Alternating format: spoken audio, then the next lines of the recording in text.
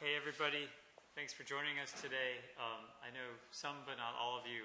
My name is Jason Freeman, professor and chair of the School of Music here at Georgia Tech, and we're very fortunate today to have Liz Garner here joining us from Garner Group Publishing, really one of the leading music industry veterans in the music publishing business. Done some incredible work and is also a member of the College of Design's advisory board here at Georgia Tech. And she has generously offered to do this session today for us on Music Publishing 101. I have a feeling I'm probably going to learn some things, and I'm really excited to see what she has to present. So please join me in welcoming her. Thank you. I'm so happy for. If you haven't been in one of my sessions and you don't know who I am a 29-year vet of the music business. I started here in Atlanta in 1995 with Dallas Austin, and I guess my love for publishing started somewhere around 2000, and when I knew what I was actually kind of getting into. I have put together 45 albums, and when I say put together, you'll kind of have a sense of what I do after this, but I'm that person that goes, get your split sheet in, give me a session report. You know, I'm always like pointing the finger. I'm that studio mama, as we call me, that harps on everybody to make sure that, you know, session reports and split sheets are done. And with this, you will understand why. Started in 2005 I was fortunate enough to meet Jeannie Mason. And Jeannie was one of the authors of the 1976 Copyright Act, or the Copyright Act of 1976, that it became law and enacted in 1978. And that's a huge part of copyright law. And we'll go kind of touch on that a little bit today. So what is music publishing? Are you guys, does anybody in here have a publishing company? We're in the process of creating it? Okay, perfect. You've got one? Awesome. So music publishing is the business of promotions and monetization of music compositions. So you have publishers who their roles kind of serve a couple of, they serve a couple of roles. One is to collect money. The other is to help promote the songwriters that they have signed to them, right? The basics. So publishing is probably the most complicated part of the music business. You've got the breakdown. When a producer says, oh, I produced that, that doesn't necessarily mean that they wrote on that song or that they will get any sort of publishing percentage of that song. So I want that first and foremost. You have the song is made up of two parts. It's composition, musical composition, and then lyrical composition. So as you see here, the song equals 100%, right? So you've got your writer share and your publisher share, and those are always equal. And somebody's like, well, I wrote on it. Okay, but did you start a publishing company with a PRO, which we'll get to a PRO, but Performing Rights Organization, which is your BMI, CSAC, ASCAP, those are the four largest, and then there's GMR, and then PRS in London in Europe is big. If you only register your song as a writer, you're missing out on 50% of your income. So it is vital that you have that publishing company. A lot of people don't know that. I'll get a client and they're like, here's my statements. Okay, but these are writer statements. Where are your publisher statements? Well, what do you mean? You've missed out on 50%. See this? It equals $50,000. That's exactly how much you've missed out on as a publisher. So vitally, vitally important. The writer and, like I said, they are equal. How do you split a song, right? So I get that question all the time. Songs can be done absolutely any combination, any way, as long as that song equals 100%. So if your writer share must be equal to that publisher share. Now, if you have a publishing deal, then, let me say this, if you have a 50-50 co-pub deal, then your 50% of your publisher share would then be split. So you would get 25% of your publisher share, and then the publisher would get the other 25%.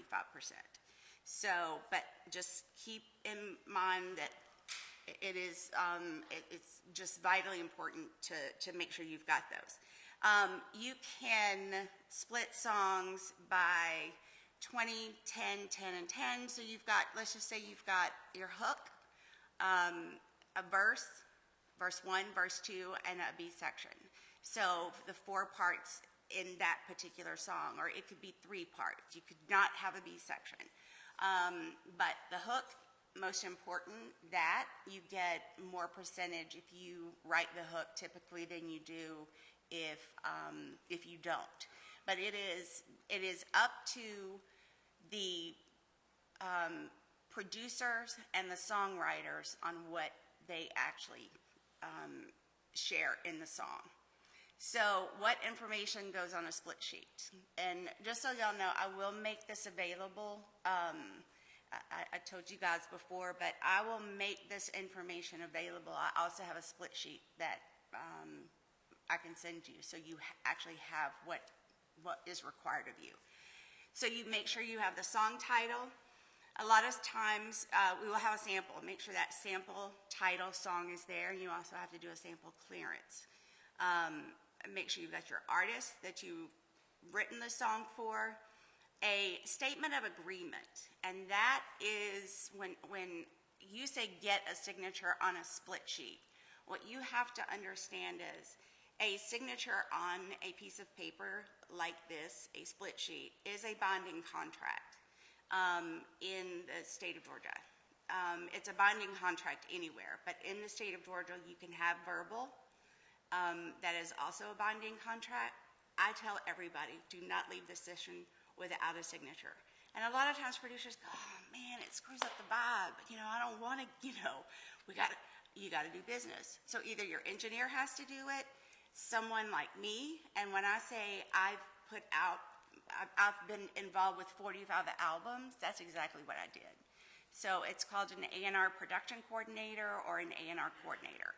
And I would book the sessions, make sure everything was available to the artists, to the producers, to the writers for that session, making sure that there's an engineer, and then also making sure that at the end of the day, if this was a song you were going to, so whether it's accepted or not, you want to get that split sheet signed by everyone that's in that session. And I say this because I have been a part of several legal trials that someone was sued because, I wrote we had a discussion with Madonna. Britney Spears did a song with us, and Madonna came back saying, I want publishing, and but you really didn't write anything. And I understand this whole adage of who the artist is and, we're just going to give them publishing. That was never discussed. It was never talked about in those sessions.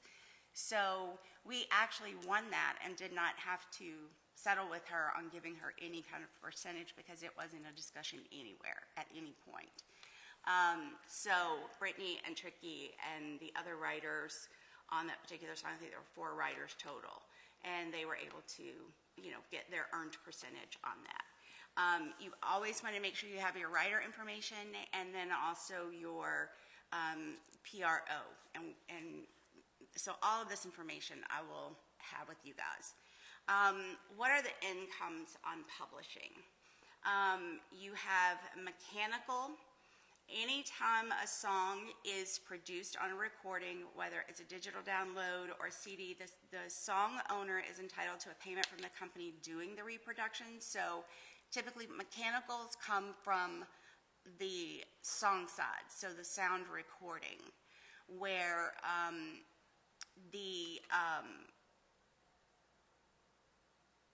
you have mechanical, or you've got master income, and then you have publishing income. So those two things. You've got the mechanical performance, which is your PRO, your BMI, that comes in with radio, TV performances, internet radio. Any time you go into a restaurant and you hear a song play, that right there it's typically paid. You get paid for whatever song wherever it plays. And this is why registration is so important. Then you're paid on digital, your streams and your downloads. Synchronization, when you hear music in TV commercials, that's what we call it a sync license. So then you're offered a sync license. You also get paid on sheet music, and then there's another category, and it could be anything that the publisher or the administrator doesn't have necessarily a category for. PROs, who are they and what purpose do they serve? A PRO is a performing rights organization. It monitors radio, television, any nightclubs, websites, and other entities that play music, collect royalties from these places, and pays the collected royalties. The four performing rights organizations are ASCAP, BMI, CSAC, GMR, and then there are hundreds of them over in the world. These are the ones that we primarily have here in the United States. All writers and music publishers must register with a performing rights organization so that the organization knows which songs are published and affiliated music publishers to pay the appropriate royalties. And then what is their role other than to collect? So you do have representatives from BMI. Catherine Bruton she's the head of BMI, and she lives here, and she's got a team, and they team up with producers and put them with different writers so that, you've got a BMI, we call it a BMI, a full BMI session, and that's when all the writers are all with BMI, and everybody, is in there, and Catherine kind of brings everybody together. She's amazing. She's so good at what she does, and she's got her team. Publishing companies. So I listed the top 10 publishers, but there are the big three. These are the ones that are most notable, which is Sony, Universal Music Group, and Warner Chappell. And then you've got Cobalt, Wixon, Atlas Music, Music Gateway, Ditto Music, Downtown Music, and Concord Music. You've got Reservoir. I mean, there are hundreds upon hundreds of publishing companies that will offer administration deals, co-pub deals, like all of that. What is the role of, and if I'm talking too fast, let me know. I want to make sure that we've got time for, and if y'all got any questions, just stop me. Like, I'd rather answer your questions now than wait to the end. Music publishers play a role in the management of the intellectual property for composers and authors. The music publisher's role is to make deals with songwriters, promote the songs their songwriters compose to musicians and anyone else who may need a song for whatever reason. Advertising a movie, promotional campaign, that's what I was just talking about on the sync license, so that's a sync. And they issue the license for the use of the songs that they represent, and then they collect those licensing fees. It's called an administration. So if you have, and you can have like I said, you can have an admin deal that just strictly collects, or you can have a publishing deal, and it could be 50-50. It could be what the splits are completely and totally up to what you've negotiated on your behalf. The purpose of a music publishing company, and they're responsible for making sure that songwriters and composers receive payment for their compositions when they're used commercially. Through an agreement called a publishing contract, a songwriter or composer assigns the copyright of their composition to the publishing company. Again, if you're in a 50-50 deal, when you go to fill out that split sheet, you put yourself, your publishing company, and then you also put who you've been signed to. So if it's Universal Music Group, I'd have Garner Group Music Publishing, and then I would have Universal Music Group, and they would take whatever portion, they would take 50% of whatever portion of the song that I wrote. What do they do? You may wonder what music publishing companies do, how to get a music publishing deal, or how to sell songs to music publishers. As a practical matter, the business of music publishing consists primarily of all administrative duties, exploitation of copyrights, and collection of monies generated from the exploitation of those copyrights, which are publishing royalties. If a writer makes a publishing deal and the publisher takes on these responsibilities, then it administers the compositions.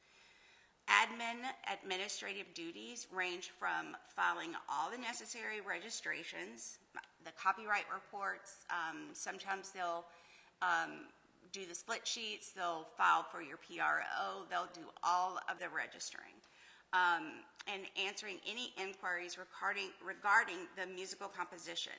Until such time you enter into a contract with the musical publisher, you must handle these responsibilities for yourself. In other words, in this case, you would be self-published. This means you would have to do all the legwork, publishing your music online, offline, finding opportunities, and more. A music publisher takes away all of the admin work so that you can focus on doing what you do best, and that's making music. There are ministers, administration companies who do work to kind of, if they've got a project that they know of, they will kind of, I've got ministers that will just let me know, hey, I know that this person is looking for a song or this person is looking for a song. And as a part of, so I didn't say this in the beginning, but I work for Dallas Austin. I've told you that. But we have daddistro.com is our website. If you are an independent artist, you're looking for distribution, I encourage you to go and look. There are a couple of different options that we have.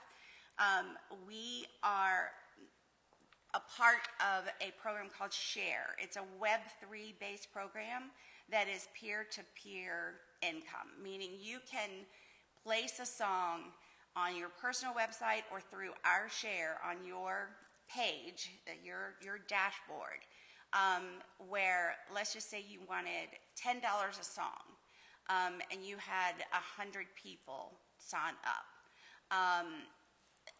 Then you and whoever is on that with you, you automatically pay through Apple Pay.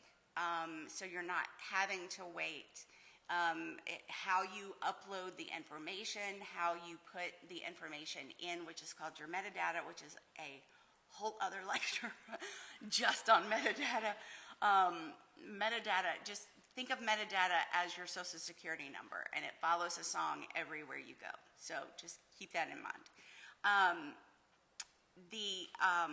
Another responsibility of the publishers is, of course, collecting, and then the administration. Again, it's registering the songs, and typically in an admin deal, you're paying a 10 to 15% of whatever they collect on your behalf. How does a publishing deal work, and what are the structures? So publishing deals can be done any way. I'm not going to read this kind of verbatim, but publishing deals, it can be struck on a full co-publishing deal, which is a 50-50. They can do a 75-25 split, 85-15. It's really, and that tends to be more of a publishing. If they are actually going to go out and work on your behalf, then the publisher is going to want their 50-50 on that. So please keep that in mind. And then also, typically, and it doesn't happen all the time, but typically when you sign with a publisher, you get an advance. Keep in mind that that advance is recoupable. So before you see any money, when the money comes in, it's taken off the royalties before you see anything. So just keep that in mind when you, when and if you do a deal. Some people don't want an advance because they want the benefit of having somebody work their deals, but they don't necessarily need the money. And a lot of deals are done that way. We also have deals where it's just an admin deal. It's a 3 to 5 year deal. It's not a long deal. When you get into copyrights, which we will touch on in a little bit, the publisher owns 50% of that. Just you're assigning them 50% of that. So in a 3 to 5 year deal as an administrator, then they would maintain the right to collect on that. Typically it's 18 to 24 months after the end of the deal, but you're not assigning them the copyright. You still own your copyright. So here are the deals. You've got song deals, co-publishing deals, administration deals, and then again, the large affiliated Warner Music Group is Warner Chappell, Sony BMG is Sony Music Publishing, and then Universal Music Group, which is Universal Music Publishing Group. Yes. I had a question about the songwriter-publisher split. Uh-huh. So, for example, if you go on BMI makes you have to split half and half with the publisher, or at least if you have to match, from what I understand, you have to match the publisher and the songwriting split. Well, the publisher is actually your company. That's all. Yeah. So Yes. that's what I was wondering. So, what I understand is not all revenues covered with BMI is underneath the production, or what a production company would do. So like for example, if they're, say I get one, I make a song, and I'm in a band with 2 people, and we split it 50-50 each, then if there's no publishing company, and it's just me, I'm the publishing company, is there lost revenue there that I don't have? No, that you would have. Yeah, you would. So let's just say a song is 100%, right? So the writer share and publisher share is typically 50-50. So if you've got let's just say a producer like Dallas Austin who did the musical compositions, he would typically get 50% of the song. And then the writers would then split the remaining 50% on the musical composition side. So, I mean, the lyrical composition, sorry. So think music and lyrics, okay? So you did the musical composition, that's 50%. So as a writer, you would register that 50%, and your publisher company would also get your same 50%. If you had a publishing deal, let's say with a Universal, then they're entitled to 50% of whatever your publisher share is. So if your publisher share on that song is 50%, then they're entitled to 25% of that income, and then they will collect your publisher share of income. They collect that. You would get your writer share directly from your PRO, your BMI, your ASCAP.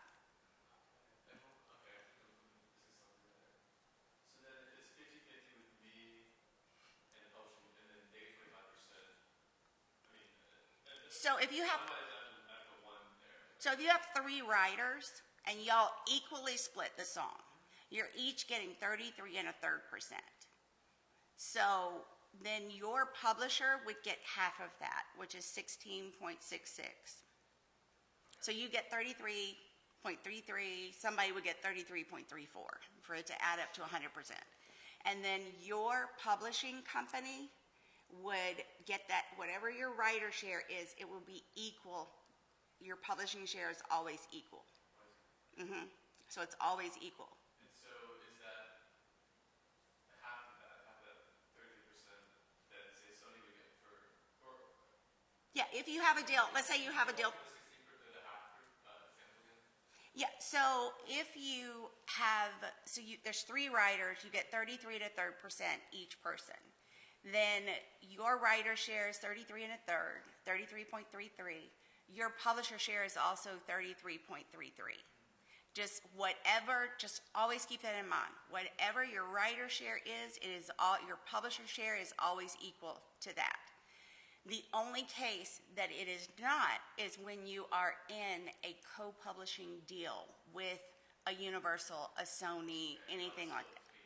Yes, so then you would split, that would go it would be 16.66 and 16.67.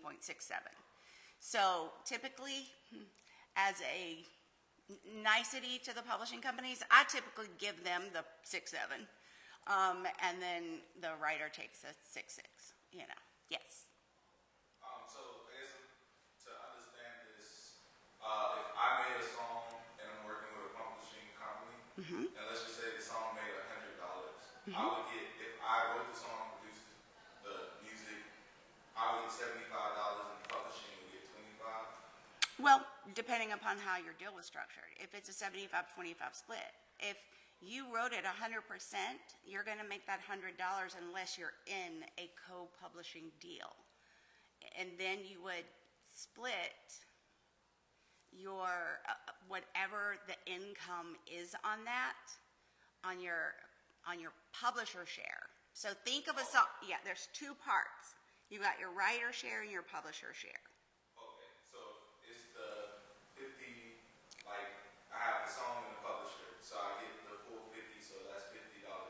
And then the publisher share is 50, so if I went with a publisher company and we went 50-50, then they would get 25 out of that. I would get Correct. 25. Okay, I just want to make sure. Yeah. And it's confusing to a lot of people. That's why they say publishing is one of the most complicated parts of the music business, and it truly is, because you've got all of these little caveats. But let's say you wrote 100% and you're self-published, and you go out and you just have an admin. Then the admin could take 10 to 15% of whatever the total income is to collect on your behalf. So if it was $100, you would keep 85 and they would get 15. Okay, that's self-publishing. That's self-published. They're just making sure you get the money. Okay. That's through what's called an administration deal. Okay. Yeah. Hey, Evan.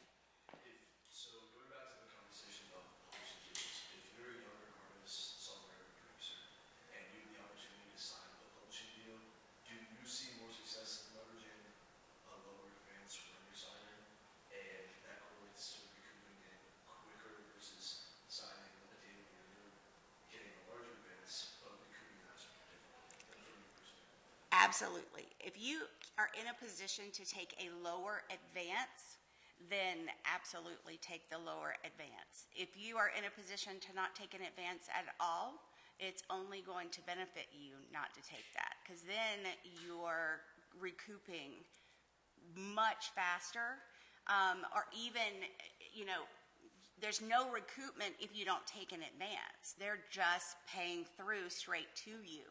So then it's just a term deal. So it's 3 to 5 years, whatever that term is, then that is what you would be in, and then they collect on those songs, whatever songs that they've administered, whatever you've turned into them, then those are the songs that they will collect on, and they will have the right to collect on that 18 to 24 months typically. Sometimes they'll do a year, but it's rare. Some of them will even do up to 3 years. So, yes. Do sync deals fall, like money from sync deals, do they fall under the publishing's share, or the songwriting's share, or both, or the master's share? So it can be both. So you can get it on the master side and the publisher side. They'll say both sides, and then we understand that that's masters and publishing. And then whatever your deal is, so let's just say, I'm going to use one of my client songs, Hold On, I'm Coming. So I manage with Isaac Hayes III, I manage his father's catalog. And so one of the biggest hits is Hold On, I'm Coming. And you see it everywhere. It has been synced this year probably 15 times, if not more. And some of those pay, so you can have syncs anywhere from $3,000, $2,000 to $150,000, $200,000, $250,000. So then the publisher would take their percentage of whatever the publishing share is on that, if it's through, if we've done it through them. Hold On, I'm Coming actually reverted back to the family.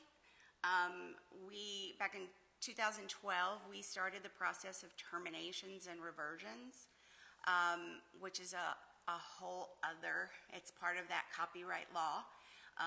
And so as a part of that, the family then became the rightful 100% owners when those shares, the publisher share terminated. And it reverted back to the family. Then for a period of time, they owned it outright. We have since licensed it to Primary Wave, and Primary Wave then does all of the collections on behalf of the family. And so they take their percentage, and then the rest then comes to the family. So, or in this case, it would be a recoup. We did take an advance on that. It would be a recoupment, and then they would start collecting once everything's been recouped. But if you continue to get, $250,000 syncs, you can have those kinds of syncs easily. I've had clients that literally will recoup in a year just based off the syncs alone. Hey. What exactly is rights reversion? Rights reversion, so we're going to get to that kind of in copyright. It's a part of copyright and copyright law. And we'll get to that, and I'll cover that in just a second. So, legal definition of copyrights. Here we go. So, copyright laws in the United States state that copyrights are legally exclusive rights that are granted to the author or creator of a creative work. Works that can be copyrighted, literary works, books, maps, charts, any kind of engraving, musical composition and lyrics, of course, which is my primary, source that I work with, dramatic works and choreography, photographs, paintings, drawings, sculptures. You file that, and don't have it on here, but it's copyright.gov, and that's where you go. And here's what I encourage. As a part of your kind of responsibilities to collect, it's also your responsibility to file your copyright. And it is, so copyright.gov. Typically, if it's a song that is being released for commercially, then you're going to pay, I think it's $65. It may have gone up to $85, but I believe it's $65 per registration. But you can register a group of 10 songs that you've created under the sound recordings that it'll say SR when you choose what category you want. You want it under SR. When you go and register, you can register 10 songs for $65. So for the amount of money that you're going to spend going to dinner, you can register your songs. A nice dinner, but dinner. So think about your copyright protection. A lot of times people lose copyright infringements because they didn't file the copyright. So for me, as someone who does administration, copyrights are vitally important. Vitally. You can't just release a song and go, okay, I've copywritten it. Because people know I produced it. It doesn't work that way. You have to actually file the copyrights. So I file a copyright on every song that's ever been released under my control. For Dallas, or we do have, let's just say, we have 300 unreleased tracks and songs that belong to the Isaac Hayes family, the heirs. So even registering, we've registered those so that we own the copyrights to that unreleased music. Like the family actually owns those. And those are not Those have never been released. They've never been used. We occasionally will submit one of the songs, but everything is copywritten. So it's vital. Yeah. Yeah, I had a question about, currently in my band, we separate winning and masters by pretty much how the songs are split in districting. We have other ways, we have basically song splits, sort of like split sheets as well. Mhm. But my question is, how do copyrights, when a copyright is owned by somebody else, then who's basically describing how the masters are owned? How does that work? The masters, whoever pays for, let's say the record label pays for a session for Cardi B to go in, then they own that master. They've paid for it. They have the rights to it. They have to give approval for any usage on that on the master side. If Cardi B paid for all the studio and did everything herself and she was not signed to Atlantic Records under a deal, then she would own it. So you as a band, you would then have a working agreement between the band members, and it would allocate in there, 33 1/3% if it's 3 members, or 25% each if it's, 4.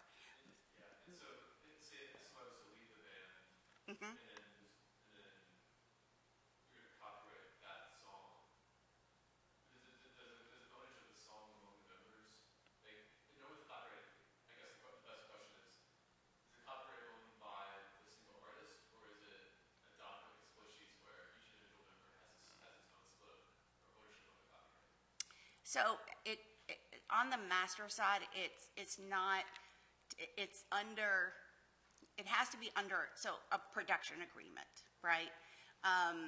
Red Zone Entertainment or DAD, if Dallas is, or Rowdy Records, if we're distributing, then we own, you come into an agreement to say, okay, we're gonna own 50% of the masters, or we're gonna own 100% of the masters.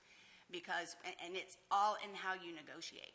And those things you have to have a working agreement. It's just, you set up a company. You set up a production company, and you guys are, the 3 band members are ABC Production Company, right? And in those agreements, a working agreement, then you would share in those masters. Okay, so masters is completely different from publishing. So don't think about who wrote on a song or anything like that. It's who pays for the session, who of the band members. If you guys are all together, then you would split that in 3 ways, and that's done, and it has to be done when you guys form the band. It's business. It's part of business. It's an operating agreement. So, yes. Similar to the sound recordings, do you feel like with music compositions and lyrics that a person can register them in a collection, or do you see any issues with people doing that when it comes to like the sheet music?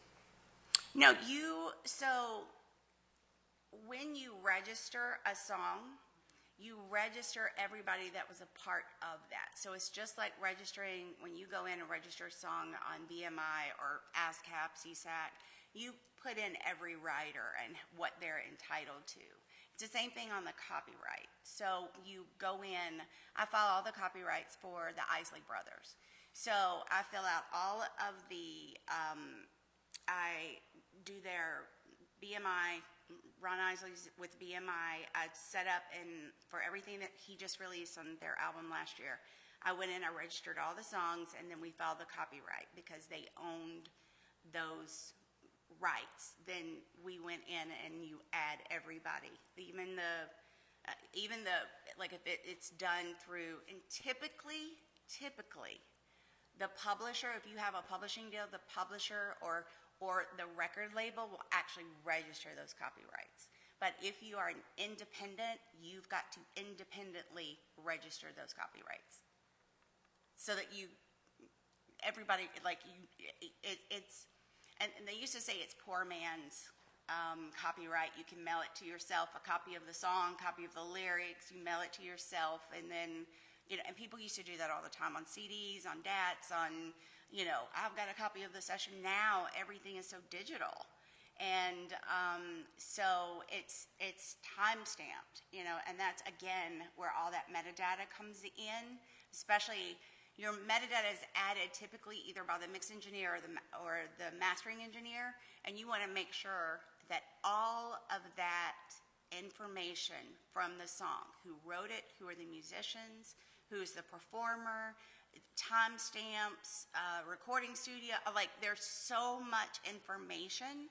I'll be happy to share a report, a metadata reporting sheet, so that you keep up with absolutely everything. Your ISRC code that you get for works, or it's the ISRC and your UPC. Those are two things, but the ISRC is what identifies it as think of the ISRC and that metadata together as your social security number. It goes with that song everywhere it's gone. So, and the ISRC codes, once it's assigned, it cannot be given to another, the same number cannot be duplicated. So it is, it is vital, that you get that, timestamp that, register with, and get your ISRC codes, and that goes with that song wherever it goes. Yeah. I'm not sure if she's asking a similar question, but like when it comes to composition, Uh-huh. let's just say I wrote a solo or I wrote multiple solos, and to pay a cheaper price for a copyright, I registered them, I guess, under 10 compositions. Mm-hmm. And like one day I may put it in a book as a collection, but I want to market them individually. Does that still work the same way? Like, You would transfer it as a released. So, how can I explain it? So, you've got 10 songs here that goes on that registration, but none of those songs, that's just a part of your catalog that they're unreleased, right? So once that song is released, then you would go in and edit it and add a release date. You have a creation date, but then you have a release date. So if you released it, whether it's in a book, if it's a song book, any kind of literary book, the same thing applies. You would, if it's, each title, you've got 5 poems or whatever, and you want to just put one out, then you would change that from a created date to a release date. so under the same copyright, you can edit a release date for each. You can, you would pay $65. Oh, so the initial thing of doing 10 at a time would just be for protection. For protection. But let's just say I wanted to release an album and I am releasing it. Mm-hmm. Can I still put it in the collection and pay the cheaper price like I'm releasing all 10? Not in protect if it's released. If it's released, you have to have a release date. Yes, but I'm saying, can you release all 10? Like, can an album be one payment rather than 65 for each track? Or you pay 65? 65 for each track. Okay. Yeah, your release songs you pay per release. So just to protect this work that's over here that you haven't released, just to make sure that nobody's going to infringe on that copyright, then you register that song. And a lot of people don't do it. To be fair, a lot of people don't do it. They're like, oh, I'll take my chances. Okay, take your chances. In a digital world like we have, anybody can get into computers. They can still, it happens all the time, like all the time. And you send songs, like there's copyright infringement all over the place. And it's because they did not, somebody who came up and, got let's just say you sent a track to Lil Wayne, and Lil Wayne decided he was going to rap on it and put it out. But he didn't clear it, he didn't get approval, he didn't pay you. That's copyright infringement. But it's and you can prove, you can go back to time stamps and dates and everything in your digital files. That is where the metadata comes in. That is so vitally important. Because that also records, metadata is just as important as a copyright. So copyright, metadata, keep those two in mind. You got writer, publisher share that's equal your metadata and your copyright. Those things should go hand in hand. Does that answer your question? Yes? Yeah. So, you said that you can cover 10 songs at a time Yeah. for the same price that you could as One. or cheaper to do that. Yes. Bulk. So, how does that relate to I don't understand how it relates to the release, because it has to be a release date too.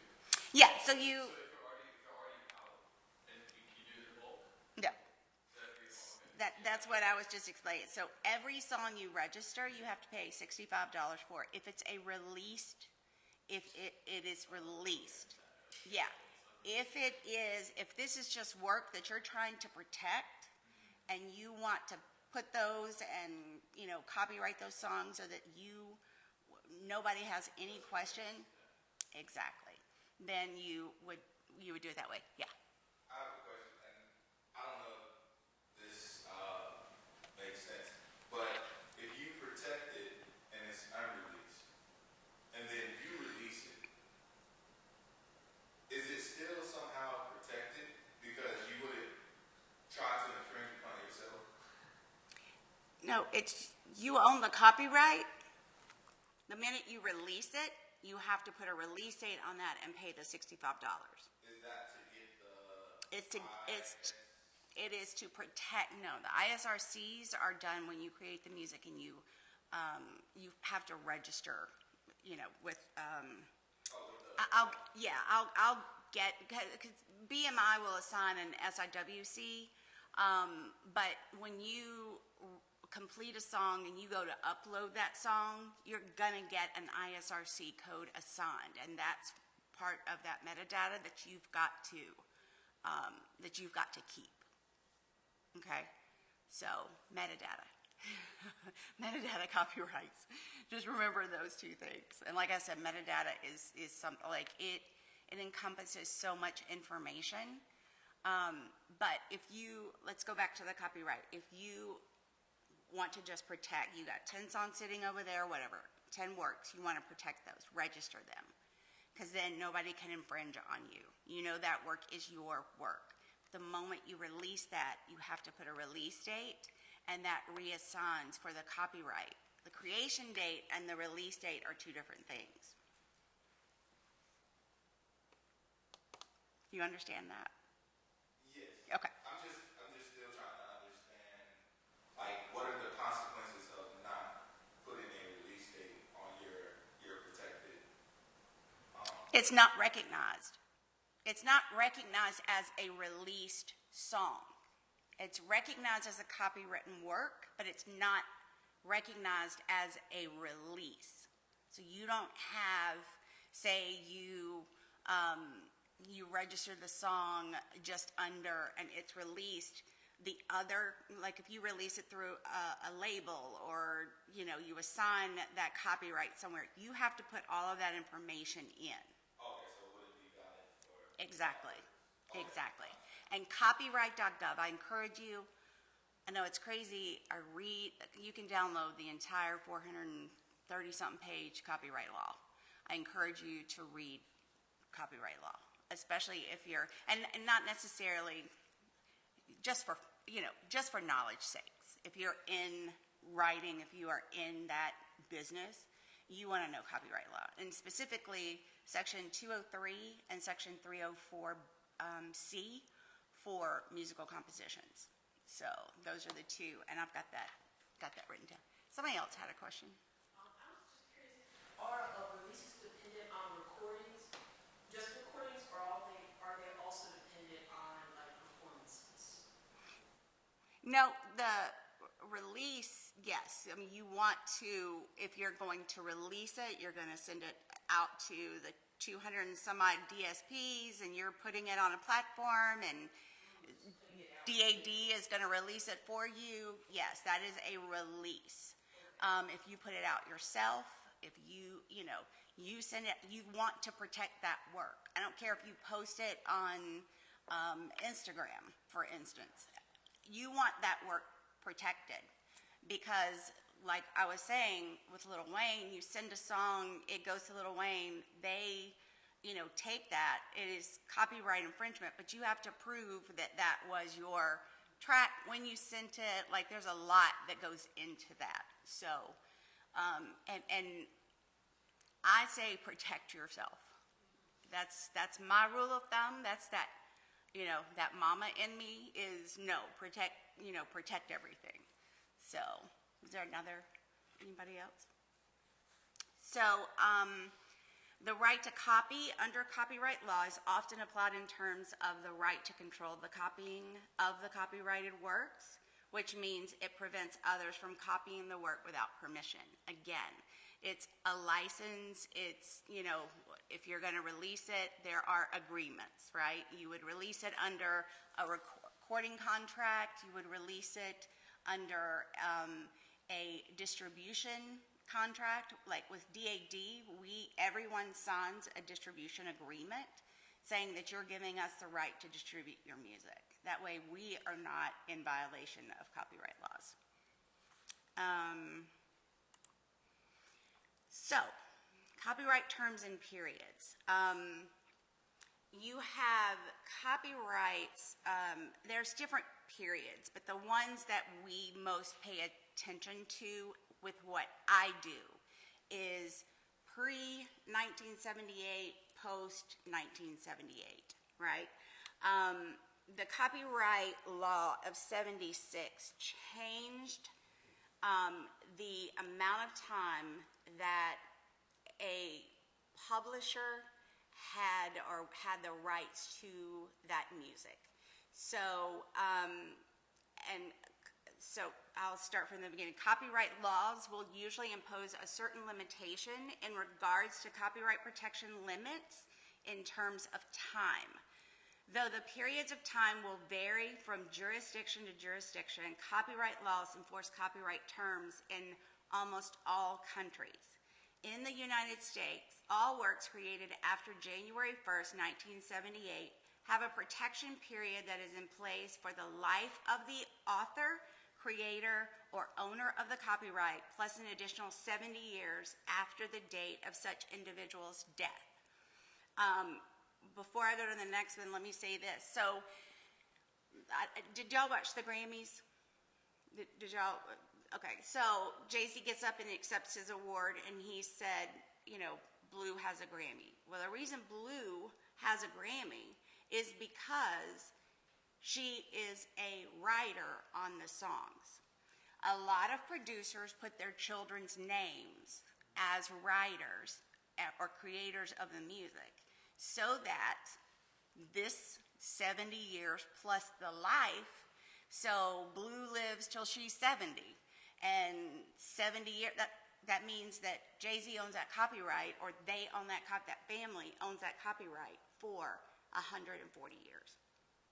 Okay, so that's when you'll see DJ Khaled all the time does it.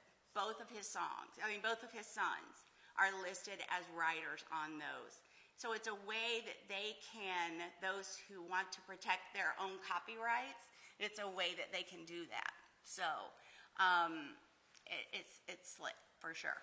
Anonymous works have a copyright term of 95 years from the date of its first publication or 120 years from the year it was created, based on which is the first to expire.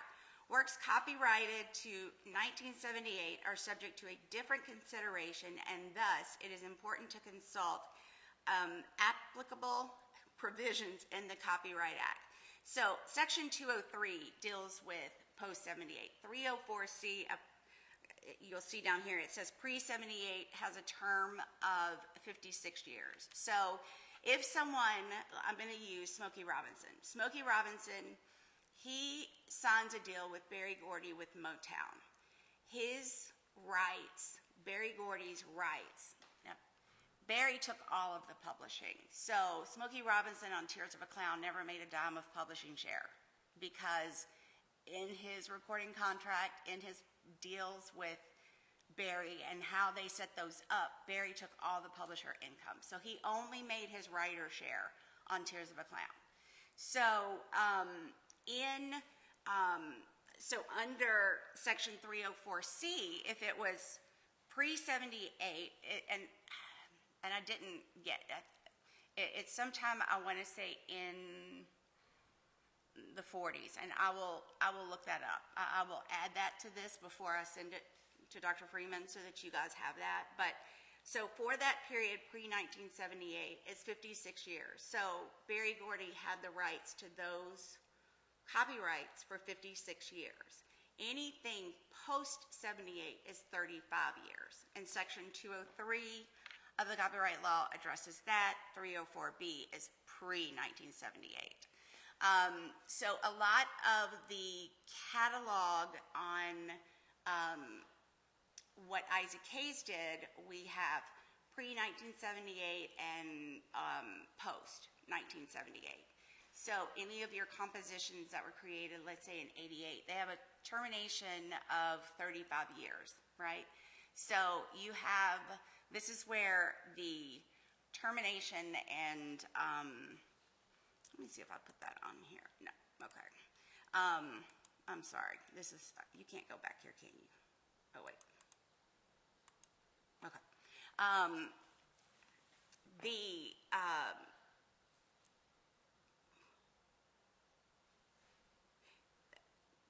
In the Isaac Hayes case in particular, say you've got 35 years, you have a window of typically 5 years before the termination and 5 years after. So there's a 10-year period that you can terminate the song, terminate those rights, or if you don't terminate them, they either, one, go into public domain, or two, the copyright holder, say it's a Universal Music Group, re-registers that song and they have it for another 35 years. So that's why keeping somebody like me who keeps up with all of these, like we're getting ready to file our next set of terminations for, the Isaac Hayes, because that's just, they're constantly, especially songs that were created in the 70s to the 80s, are now in that termination period. So some of the songs that were created in hip-hop, in the 80s are now coming up for termination. So it's vitally important that you also know what those, people don't realize they don't know copyright law, which is, my love of publishing then came copyright law because of how they work hand in hand. And having those rights. One of the things that I pride myself on is being able to go to, say I'm an acquisition specialist, which is what I do. I do valuations on catalogs. I love doing legendary legacy catalogs for clients who have deceased and their heirs are now, these songs are coming up for termination, because it gives the heirs their rightful, compositions. It gives them ownership. It gives them the rights to go back. It's what I love about, Isaac Hayes III is unlike any other person I've ever worked with. He's so knowledgeable. He's a music producer himself. He's the owner of Fanbase, which you guys need to go and sign up for. Fanbase is just mark my word. And you can invest in it. They're getting ready to do another seed of investing, so that's something else y'all need to look into. Start investing early in things like this in the tech world. But saying all of that to say Isaac is brilliant, and he has kept up. He knows every song his father has written. He has copies of it. He has the musical files. He has all of the stems, as much as he can have, or at that point they were probably on a 2-inch or a 1/2-inch reels. It's having that intellectual property is so important. And Isaac's one of the smartest artists, producers that I've come in contact with that understands copyright law. So the terminations and the reversions when he can get that back. Yes. Does the 35-year length of copyright ever apply to admin deals as well, or is it just strictly co-op? No, strictly co-op. Yeah, an administration, they just have the right to collect on something for a term after your administration deal is up. So, yeah. What types of copyright there are in music with respect to recorded music business? There are only really two. It's a copyright in the musical composition owned by a songwriter, and a copyright in the sound of the recording. So it's musical compositions and then the sound owned by a recording artist or a record company. This is where, like, who owns it? If you're self-published until you get a publishing deal and sign a publishing contract, you own that, and therefore you must know how to admin. They have,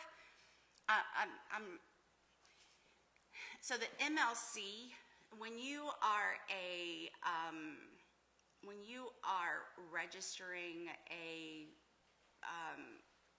song for collections, you want to make sure as an independent artist that you register with the Harry Fox Agency, you want to register with your PRO, you want to register with the MLC, which is a mechanical licensing collective, and they collect on the mechanical licensing part. And there are companies that just strictly do admin. I will put some of those. There was one that I worked with exclusively, but they've recently come under fire for not paying out everything, so I will no longer direct you to those companies. But if you don't have a publisher like a Reservoir, like a Universal or Sony or someone giving you, an admin deal, and them administering it, and you have to do it on your own, I will create a list and add that to this so you guys know where you can go. Just going to go in like how the money flows back. This will, and I'm just going to go through this really quickly. So you see you've got your broadcast radio, and this goes into, let me see here. So your musical composition is noted by the red, the MC, and then of course sound recording by SR in this. So broadcast music goes to your musical composition, which goes then to your PROs, which then is split between the songwriter and the publisher. You are your own publisher. So you're a writer and that publisher, you are your own publisher if you have a publishing company. In the U.S., they do not pay performers for sound recording copyright owners, and that's the performance of the sound recording. They pay anything that is broadcast, and we've gone through that. Webcast or digital performance, you have the digital performance, and Sound Exchange actually collects your, hold on, I've drawn a blank.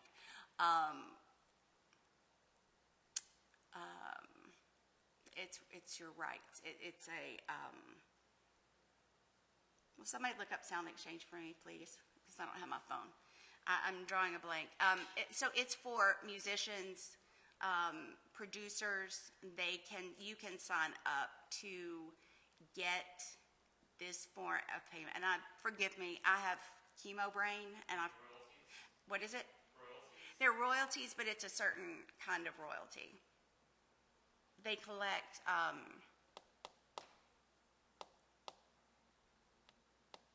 Digital performance royalties? yeah. Non-interactive. What is it?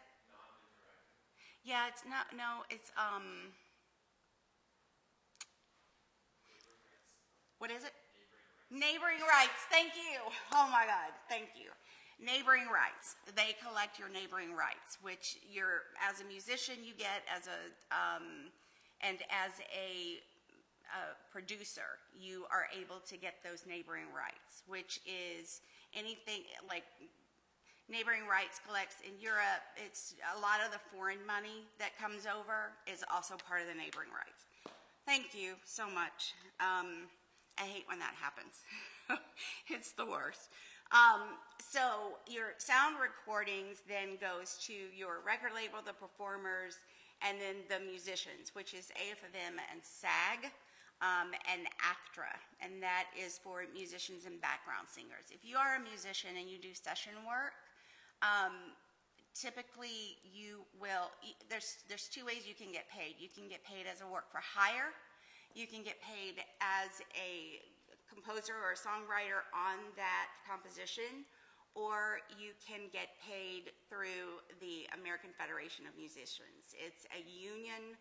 Just SAG and AFTRA are all unions that musicians and background singers you can become a part of. Digital sales with iTunes, they go from the sound recording goes to the record label, then to the publisher and the songwriter. That's the mechanical reproduction of the composition. And then it also goes to the artist in the band, and then to the musicians. On-demand streams, Spotify, any of those, you come down and your musical compositions paid through from the performance of the composition by your PROs, streaming your mechanical royalties, which is your publishers, and the publishers then pay out to the songwriter. Under PROs, like I said, if you have a publishing deal, your publisher is going to collect your publisher share of income from the PRO. So it's paid through to them, and then they pay you. And then the SR, sound recordings, then goes to the record labels and then to the band or the artist. Yes? I have a question. I just want to say that this is an incredibly helpful graphic. This one was the previous slide. I hope you have a copyright on it. I especially like the shoulder stuff, like placing like this. Like seeing it, for me, I'm a visual person, and that's why I can talk to you about publishing all day long, and I'm going to skip over stuff. That's why I have this as a guide, because I can, I have publishers who tell me more than we know as publishers, and it's because I study the copyright side. I have the law side on and then also, a huge part of it is the business management side. And for me to be able to you have to understand where the money is coming from, where the income comes from, and then also, and how it's paid, and then also what the laws that are provided within those copyrights. And so for me to be able to go, and I think you can understand acquisition. So Bob Dylan sells his catalog for $400 million, or Rod Stewart for $1 billion, whatever the number is. That's what I do. I go and work with various different buyers. Some are publishers themselves. Some are just investors that they call and say, I have $1 billion to spend this year. Let me look at your catalog and tell you if I'm able to, or I have interest in buying it. And so I present in the best way possible those catalogs and what those catalogs consist of. And when I say a catalog, it's a collection of musical works. So any kind of song and or tracks that you have the availability of. And then as a digital aggregator or a distributor, which is what DAD is, right? We are an aggregator. You have Orchard and Grooves. We then, a percentage of it goes to the record label, then you're paid out from your mechanical side, both the publisher and the songwriter. And the rates depend on what your deals are, the deal that you've structured, making sure that you have an agreement with those people in place. And then you're on demand. So again, it goes to the aggregator, to the record label, to the band. And as, you can negotiate what your fees typically are. We are in 8515 at DAD, and so we take, are we? We're gonna have to Wrap up. Yes, we are. So I will make sure that you guys have this. I also have how to start a publishing company. This gives you step by step, if you're in Georgia, on how to start a publishing company with the Secretary of State, and then reserving your name, getting your EIN, and then registering your PRO. So there you go. Thank you guys so much. And for those, I know there's, we've got this live streaming both on my Instagram and then also on Georgia Tech's YouTube. Info at Garner Group Music. Again, that's INFO, info at Garner Group Music. If you want a copy of this, I'm happy to share. And you can email and give it to me that way. So. so much. We're really gonna have to do Music Publishing 102. We will continue this for sure. Thank you guys so much for having me.